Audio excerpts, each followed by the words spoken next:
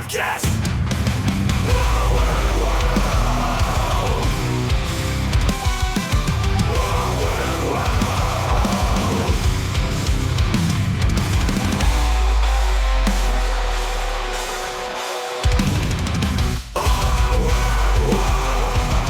Welcome to Our Weird World. I'm your host, John Henson, and I am so tired. God, man, these kids. And then here's the thing, like, I can't even really, I'm really not even allowed to complain about how tired I am, because as bad as I feel, my wife feels like a billion times worse. Because, like, sure, even though we both wake up every 2 hours to feed this baby, she's more awake because she's the one nursing the baby. I'm just awake because I hear all of it. And then I can't go back to sleep because when I wake up in the middle of the night, my brain just decides, oh, we're just up. For like, even though we just went to sleep 2 hours ago, we're up. We're just up for the day.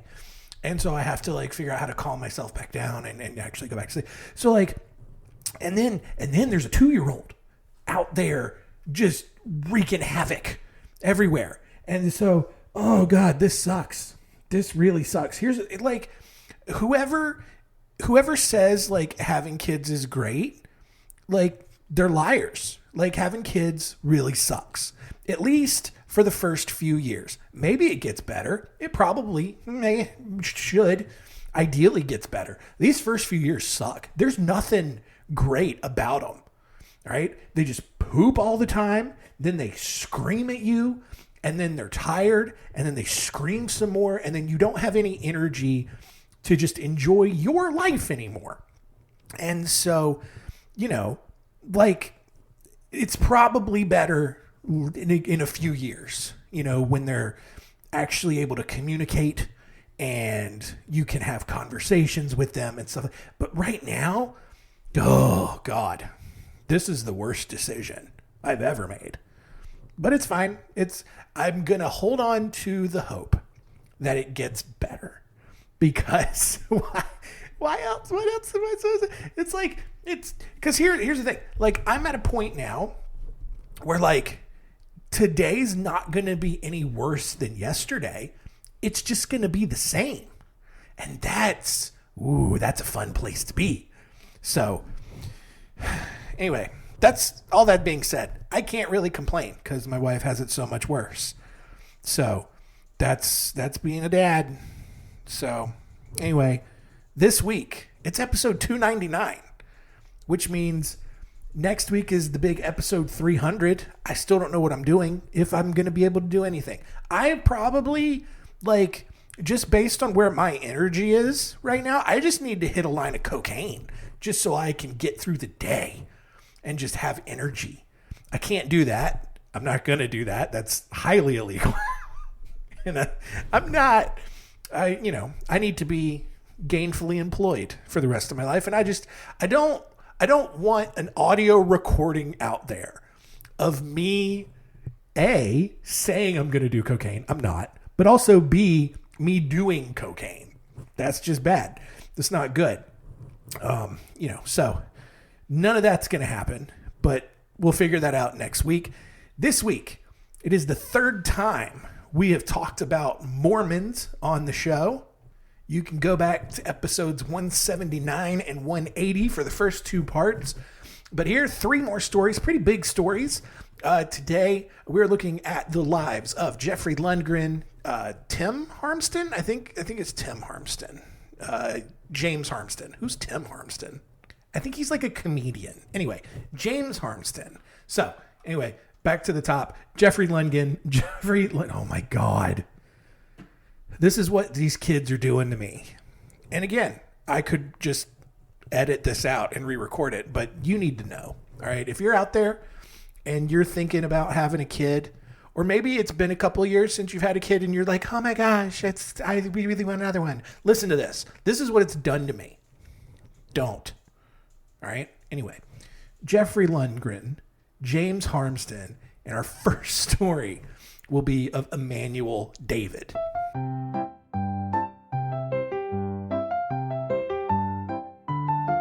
Story time! Story time!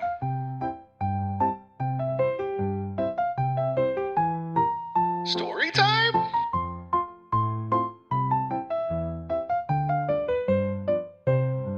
Story time!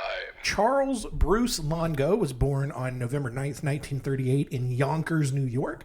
Although his family wasn't super religious, they still attended church every Sunday because, I mean, that's probably just what you did in the 30s. There wasn't really anything else to do. And so this led Longo to becoming an altar boy at their Episcopalian church. When he was 5 years old, he decided to run away because his mother wasn't giving him enough attention. It's classic.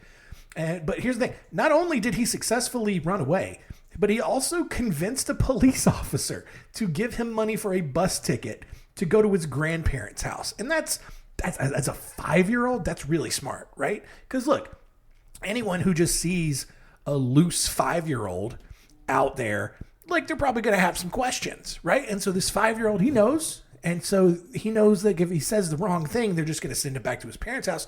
So he's just like, I'm trying to get to my grandparents' house. Can I have some money for the bus ticket to get there? And then the police officer's like, yeah, dude, sure.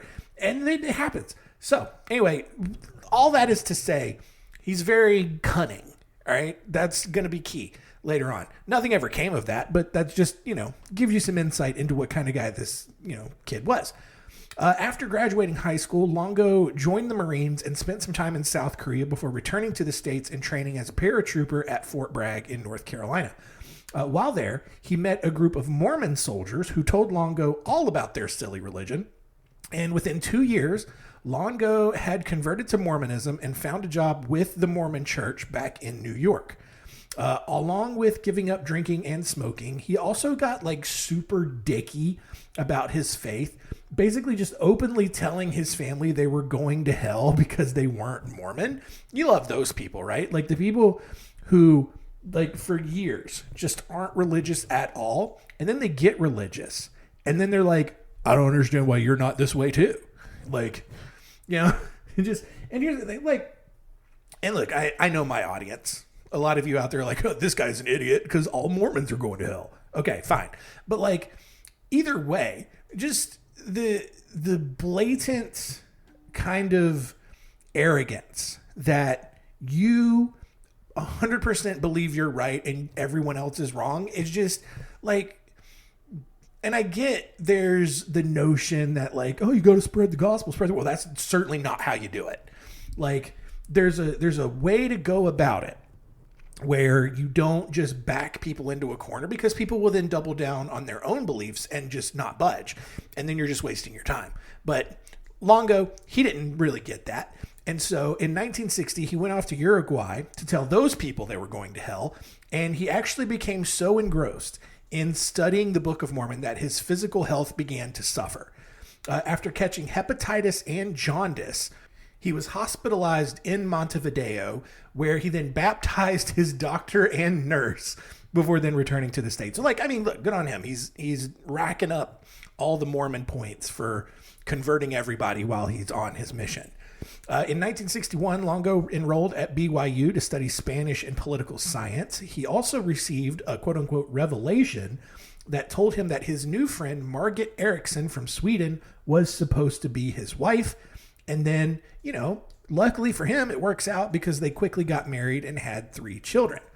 And then soon after their wedding, the visions and the revelations really began ramping up.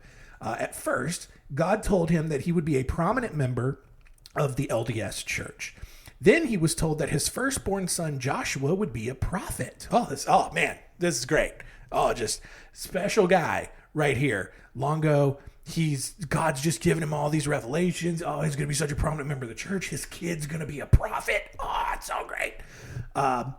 Longo then started claiming that God was speaking biblical doctrine to him in his visions, and because of that, started asking for 10% of people's income which is, the tithe, which that was supposed to be going to the LDS church instead.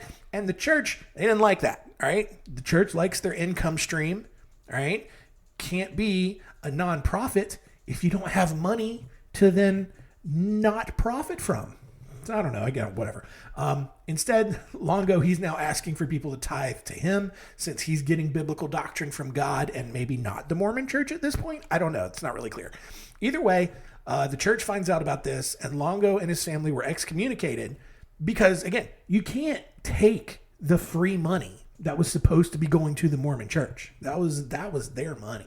They're stealing from the church. So the actual excommunication, though, didn't really matter because his cult had already started as 3 members of the Mormon church left the Mormon church as well to go follow Longo.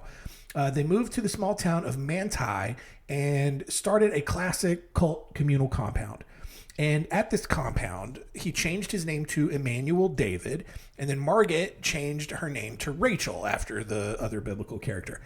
By 1970, the cult had as many as 20 members and was actually then known as the David family. After receiving another vision from God telling him that he was the one true prophet of God, Immanuel David turned his attention to controlling his little cult. In one instance, he approached a group of cult members laughing and then shoved his bare feet in their mouths because, God works in mysterious ways or something. Keep in mind, David, at this point, he is 6'4" with a long ponytail and weighed over 300 pounds. All right, now, that's basically me. Like, if I had hair, that's me, And so it's like, and again, like, if you've never seen me before, then that doesn't really give you, but that hits home, right? And people who listen to this show who know me personally, that's a great visual. Just imagine me, but with a ponytail, walking up, sticking my foot in your mouth because God said so. He told me I could do that. What? Weird. Anyway, when the cult members weren't receiving odd punishments like this, they were busy making knives and swords as a way to make money. The residents of Manti who weren't in the cult were not impressed by this group and were also a little freaked out whenever David would march around town with a 3.5-foot sword that his cult followers made for him, claiming, quote, a time would come when it would be used to lop off thousands of heads. So now this tiny Utah town has this giant man walking around with a big sword that he forged or his followers forged for him. And he's just like, yeah, one day this sword's going to lop off thousands of heads when God tells me so. Like, that's insane. That is an insane person, right? And again, like, this is where I have trouble figuring out, like, where's the line between crazy person and true religion, right? Because look, I'm a pretty strong anti-Mormon stance on this. I think they're silly people, right? But there's a bunch of Mormons out there who think that all of their stuff is 100% true. But then you have this guy who is in that Mormon world and he's just walking around saying, like, God's given. So, like, but let's change the denomination, right? Like, let's say it was a Baptist guy. And there's just this, you're just walking around town, your own town. And there's just a guy walking down your street with a machine gun saying, yeah, one day this is going to, shoot a bunch of people, shoot the non-believers as soon as God tells me. Like, okay. Like, we immediately throw that guy in a mental hospital, right? Anyway, I don't know. It just, it's weird to me. Additionally, after all of this, Immanuel David had now moved from calling himself the one true prophet. He's now just claiming that he was God. So it's just, he's not just getting revelations from God. He has just become God. In 1971, David and his cult left the town of Manti to travel around Nebraska, Montana, and Washington to find new recruits. Unsurprisingly, very few people were interested in this group at this point. And by 1973, David and now his 7 kids, including one that he named David, because why not? Sure. They were just bouncing from hotel to hotel because they just didn't have a commune anymore, right? At almost every stop, David would pay upfront in cash before then running up a huge tab that was more than the cash that he paid up front. Then he would get evicted from the hotel and then never pay what he owed because he's God. He doesn't have to. When he wasn't being a dick to hotels, David was preaching that the Mormon church was the devil, that a giant cloud would descend on Salt Lake City where a bolt of lightning would split the temple in half, and that Mount Timpanogos, which is one of the tallest mountains in Utah out near the Salt Lake area, would then be transferred from Provo to Manti so his cult could just admire it there. That's so stupid.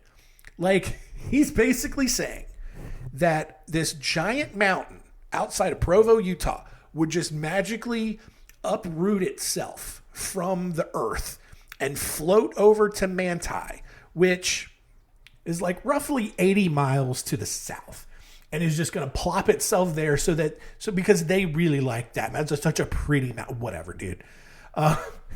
Anyway, even more, David told his closest followers that he was going to be wealthy enough one day to go to a mall in Salt Lake City and buy $1 million worth of socks. Not gold, not jewelry, not, the latest technology, but socks. Why? Who knew that God was such a fan of socks? Do you know how many socks you would have to buy to get to $1 million? Actually, I would like to find out. Hang on a second.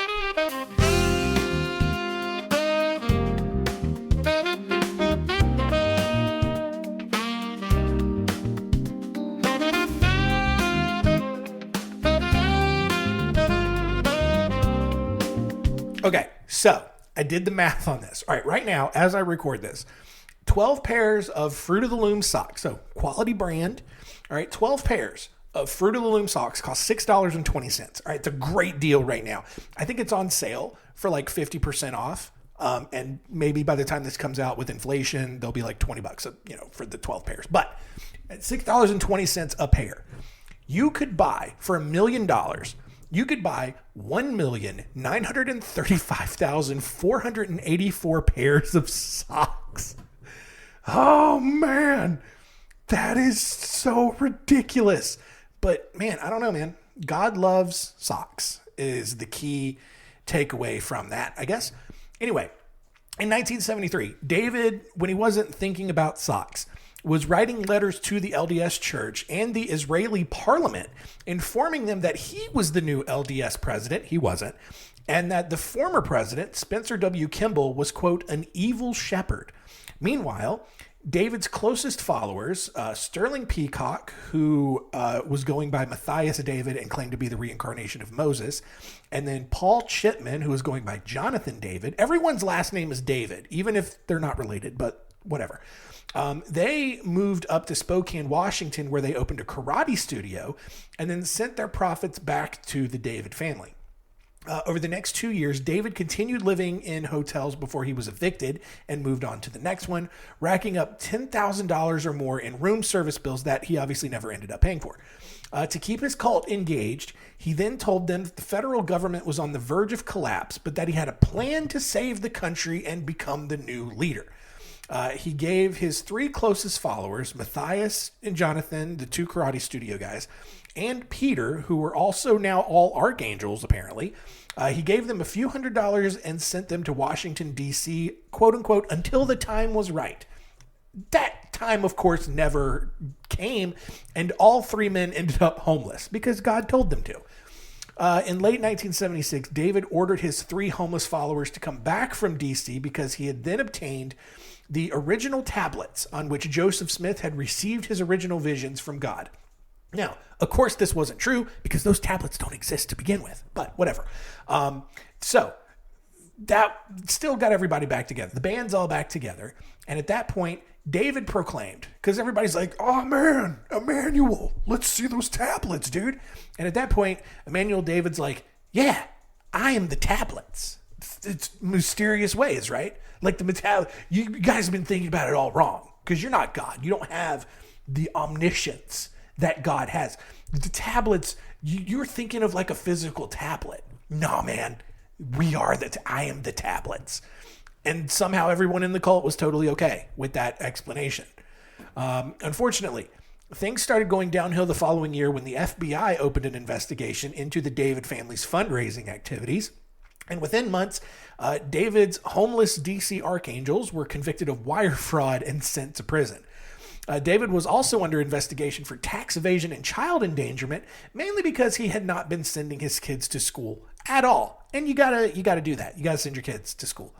After spending over a year living in the International Dunes Hotel in Salt Lake City, racking up more and more debt, David received his final, probably, vision.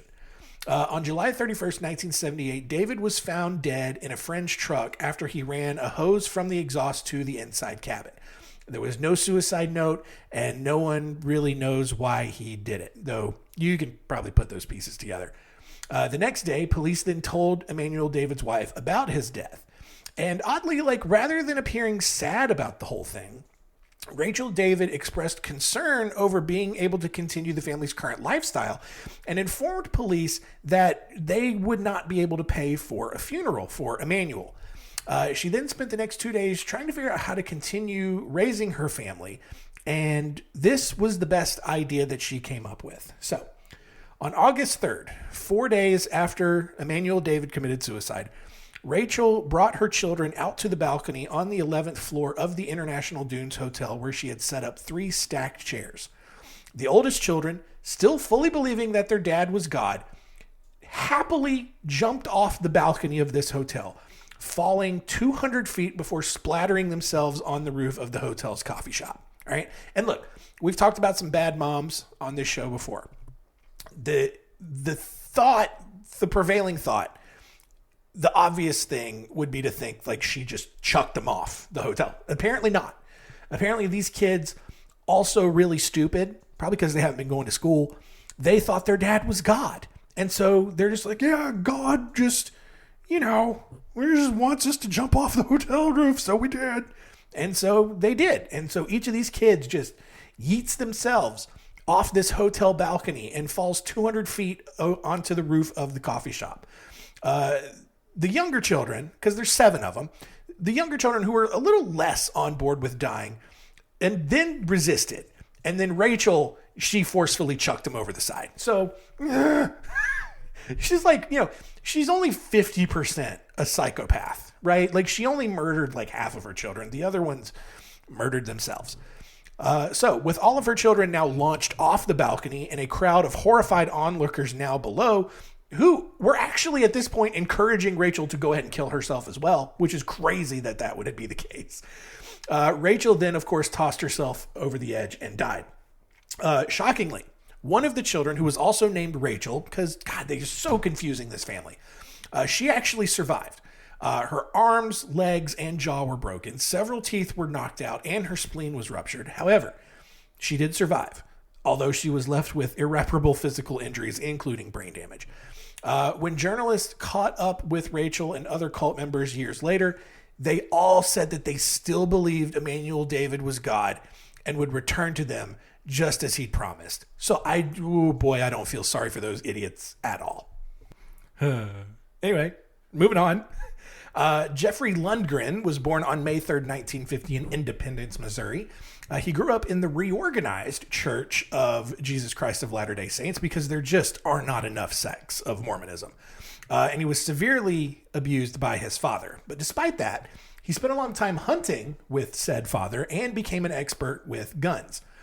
Following high school, Lundgren attended Central Missouri State University, where he met Alice Keeler, another RLDS member who was also abused by her father. So, they bonded over their shared misery and then eventually got married.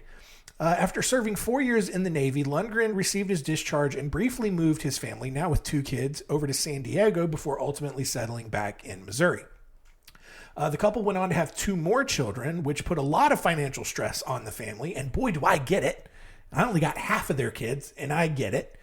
Lundgren, like his father, eventually became abusive himself and ended up sending Alice to the hospital for a ruptured spleen, which, how are people rupturing their spleens, right? 2 stories in a row where we have ruptured spleens. No one really ever thinks about their spleen until it ruptures. Like, it's kind of like your appendix, I guess. I don't know, weird.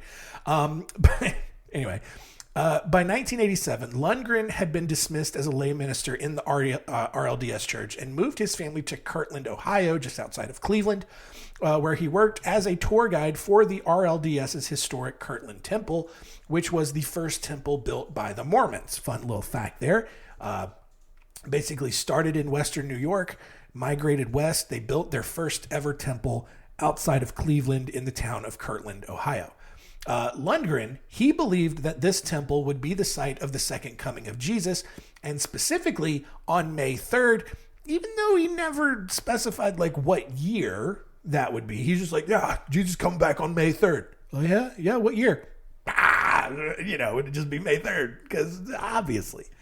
While working as a tour guide, instead of, following the actual script that he was given, Lundgren began teaching the concept of chiasmus to interpret the scriptures, which is basically like this reversal of words in successive phrases.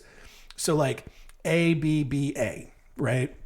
Instead of A, B, or something like that. So for example, one should eat to live, not live to eat. So like that's chiasmus, right? Lundgren, doing this, claimed to have invented chiastic interpretation. He didn't. And argued that scripture was a mirror image of God's creation and therefore should be interpreted as such. Now, none of that makes any sense, and it shouldn't. But Lundgren somehow used this circular logic to develop a group of followers who went along with this really stupid idea. When he was terminated from his tour guide position on suspicion of theft, Lundgren rented a nearby farmhouse and had several followers move in with him. He immediately turned into a psychotic cult leader, banning people from speaking to each other when he wasn't around, and holding exercises that humiliated those who broke any of the compound's rules, which, of course, there were a ton. He told his followers that he was God's final prophet and that he needed a lot of money because, guys, supernatural divinity, all that stuff is nothing without all of the money. Because that, obviously... several cult members actually ended up giving Lundgren their life savings, totaling several $1,000s.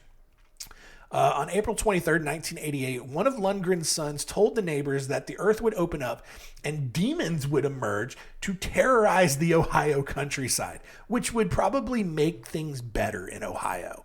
And again, like, I don't have a problem with Ohio. There's a ton of Ohio slander out there.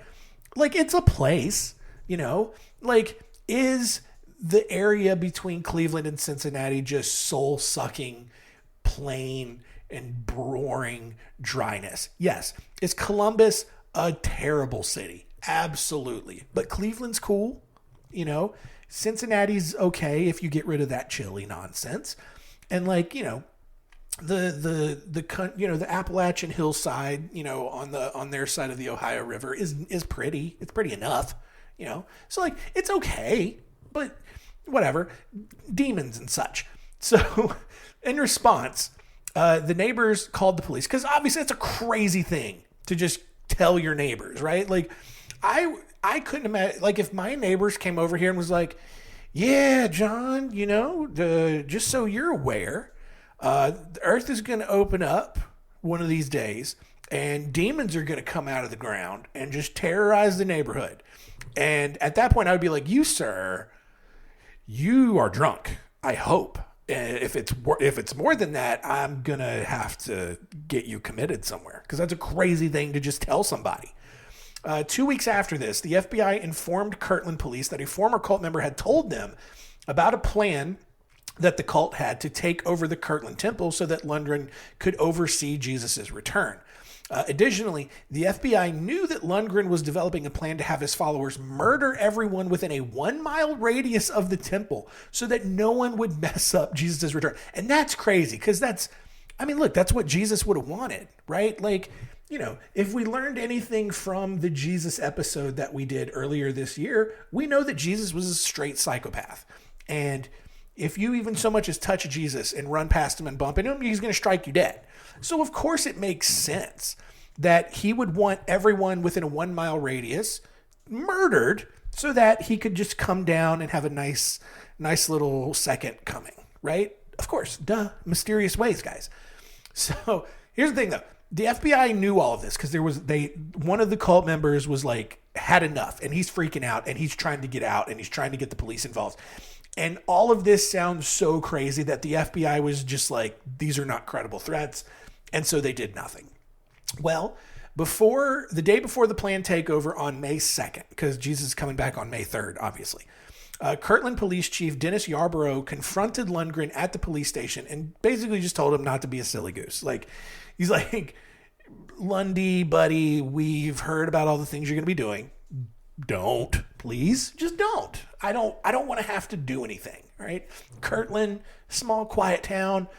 I just want to like pull people over when they speed through the one stoplight that we have. I don't want to deal with a giant murder spree. Can you just not? And so Lundgren then took that information, returned to the compound, and told his followers that he had spoken to a higher power, not technically untrue, and that the takeover was going to be canceled for that year. Later that year, a few months later in September, another former cult member alerted the FBI. And at that point, the FBI was like, all right, well, we've had two different people say this group is dangerous. And so they then opened a domestic terrorism investigation. On October 10th, Lundgren was officially excommunicated from the RLDS church, which is crazy that he hadn't been done so already. Coincidentally, a thunderstorm rolled through Kirtland that day, creating a big rainbow on the east side of town. At that point, Lundgren told his followers that this rainbow was the signal and that the 7 seals in Revelation had been opened. The problem now with all of this, among many, was that the Avery family, who at this point were the only members of the cult who hadn't yet given up everything and fully moved into the compound, they had opted instead to remain at their own residence nearby. Lundgren believed that the Averys were sinning by not living on the compound, and he actually blamed the Averys, specifically Dennis Avery, every time the cult faced some sort of hardship. You know, it's just, it's these Averys, they're not fully bought in, they're not fully committed, and they're the reason why the higher power talked to me and said the takeover is not happening, blah, blah, blah, blah, blah, whatever. There's a reason why we're being investigated by the FBI, all of it, right? And so when taking over the Kirtland Temple just seemed to be out of reach, Lundgren began telling his followers that it was the Averys' fault and that they had to go. And not go as in, we'll see you later. We're going to just go ahead and excommunicate you. Bygones be bygones, whatever. No. On April 10th, 1989, Lundgren ordered 2 followers to dig a pit in the compound's barn. A week later, Lundgren rented a hotel room for his followers and then questioned each of the men to make sure that they were on board with the quote-unquote sacrifice of the Avery family. Later that day, church member Ron Luff lured Dennis Avery into the barn and tried to incapacitate him with a stun gun. However, the gun kind of malfunctioned and just like really hurt Dennis Avery instead of knocking him out like it was supposed to. So, thinking quickly, because they see this happening, and of course something goes wrong. And so the rest of the men in the barn jumped on Dennis and gagged him before dragging him over to the pit. There, with a chainsaw running to drown out the noise, Dennis was shot in the back twice, killing him instantly. I don't know why they didn't just, murder him with the chainsaw, but, whatever. Ron Luff then called for Dennis's wife, Cheryl, who was subsequently shot 3 times.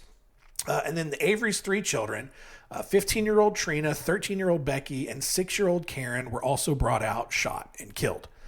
Lundgren, after all of this, soon became paranoid that he would get caught, and decided to move the cult down to West Virginia before ultimately leaving everyone behind and moving to California.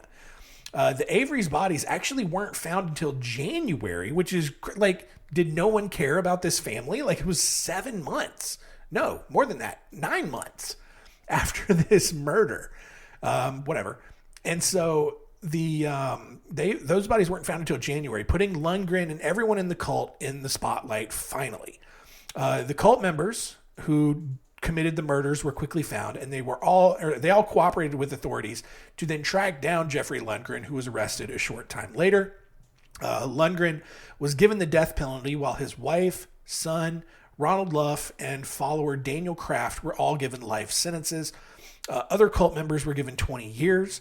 And despite appealing and claiming that his execution would be inhumane on account of his obesity, because of course, Lundgren was executed on October 24th, 2006. Not inhumane, inhumane because he's fat. No, it's more of a reason to kill him. It says someone who's fat. I'm a big guy. And yeah, sure, that's valid. Whatever. Anyway, our final story here is of James Harmston, who on May 3rd, also May 3rd, interesting. What is up with Mormons in May 3rd? Is that a thing? I don't know. It was the day that the church was officially renamed as the Church of the Latter-day Saints. So maybe that's what it is. I don't know. Maybe that's kind of what they see as their birthday or something. Anyway, but on May 3rd, 1994, James Harmston formed the True and Living Church of Jesus Christ of Saints of the Last Days because he was sad about the Mormon church, quote unquote, scattering their membership, discontinuing polygamy, watering down the church's doctrine, and not having a long enough name. I think that was the biggest sticking point for him. Church of Latter-day Saints just doesn't roll off the tongue very well. It needs to be the True and Living Church of Jesus Christ of Saints of the Last Days, because that really drives it home. Harmston, who was a former lobbyist for the Reagan administration, began claiming that Enoch, Noah, Abraham, and Moses had reappeared from the dead and laid their hands on his head to confirm him into the Melchizedek priesthood, which is, if you know anything about the Mormons, is the highest level of priesthood in the Mormon church, obviously. So, of course. He then took his new church, which at the time was little more than just a small Bible study group, and built his own hierarchy with him up at the top, obviously. Shockingly, though, a lot of people joined this new church. They were very much on board, probably because, he opened up, he was in support of polygamy. But, of course that would drive a very specific demographic of membership that probably leads to a lot of competition, but that's neither here nor there. Harmston quickly set up a series of seminars called Models that discussed and reinterpreted Mormon doctrine.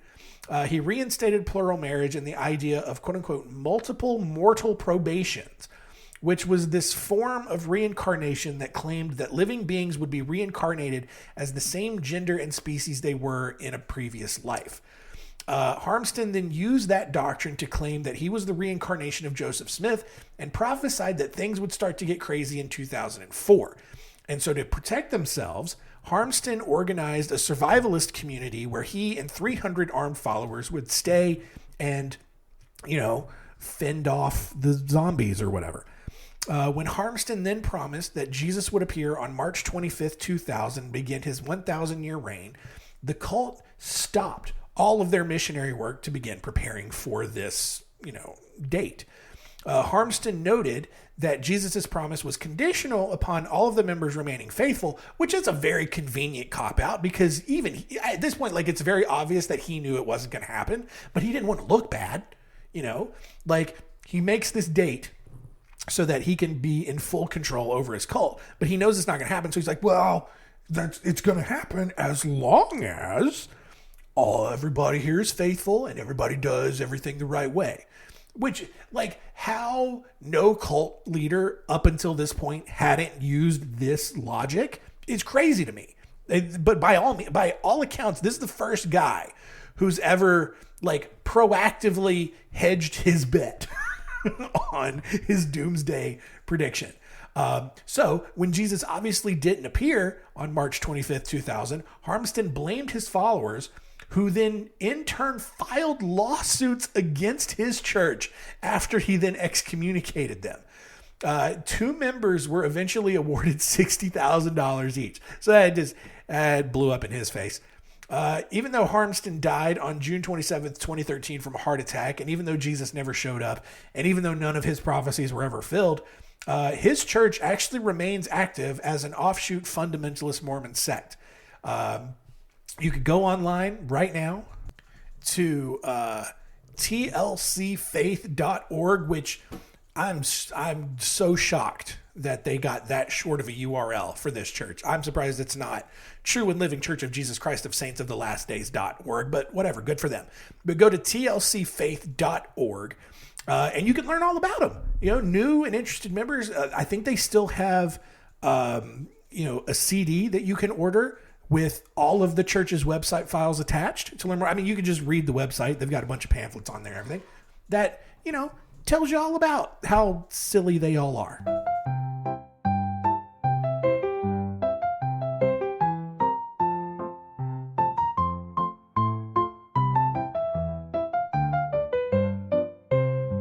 All done. All right, part 3 of our deep dive into the crazy Mormons in the books. Let us quickly recap and see what we learned today.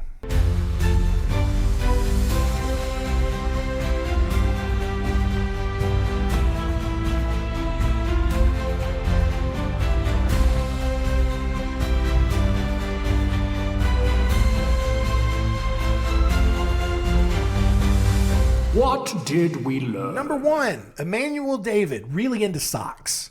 Had his life's dream.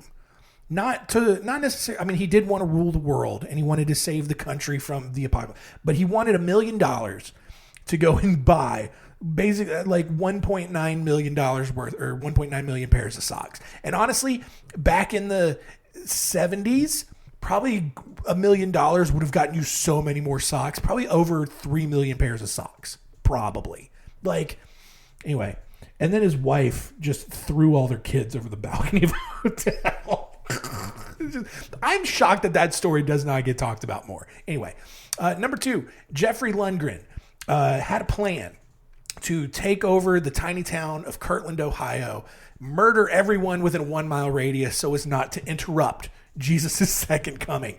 And it didn't work because there's one family that kept screwing it all up. And so he just murdered that family instead. Ugh. Anyway, and then number 3, James Harmston. Is it James? Yes, it's James Harmston. I keep saying Tim Harmston, and it's not. That's a comedian. But James Harmston formed his own version of the Mormon church, said Jesus was coming back on March 25th, 2000, as long as all his followers were doing the right things. And then, of course, when he didn't come back, he could blame them. But this church is still around. I don't know when they think Jesus is coming back, but they're probably constantly frustrated because there's just somebody who's not remaining faithful. And so Jesus, that's what it is, guys. I just cracked the code, right? Christians of all denominations have been saying for 2,000 years that Jesus is coming back, and he hasn't. And the reason is because somebody keeps being a silly goose and not, what if the one caveat for Jesus coming back was just for humanity to go one day without thinking about him coming back or saying it out loud, and just every day for the last 2,000 years, some religious person oh man, Jesus is coming back, some guy, he's coming back someday. And every time God hears it up in heaven, it's just reset the counter. Anyway, that's probably not it. Anyway, all right, let's go.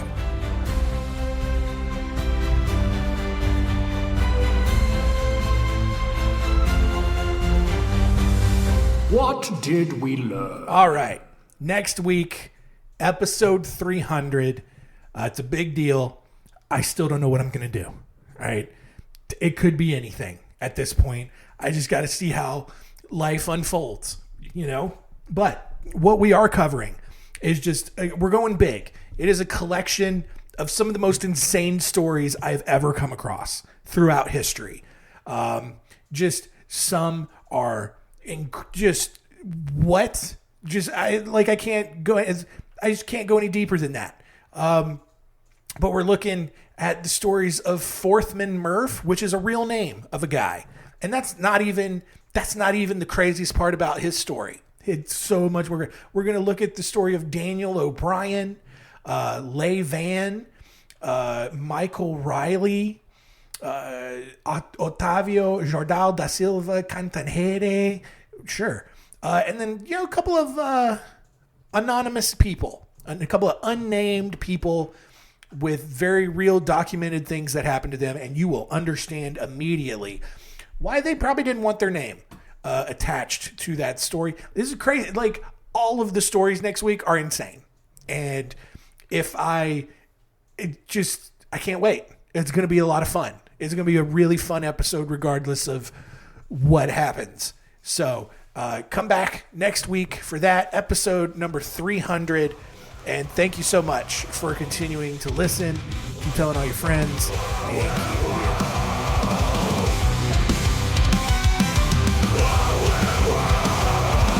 This is a podcast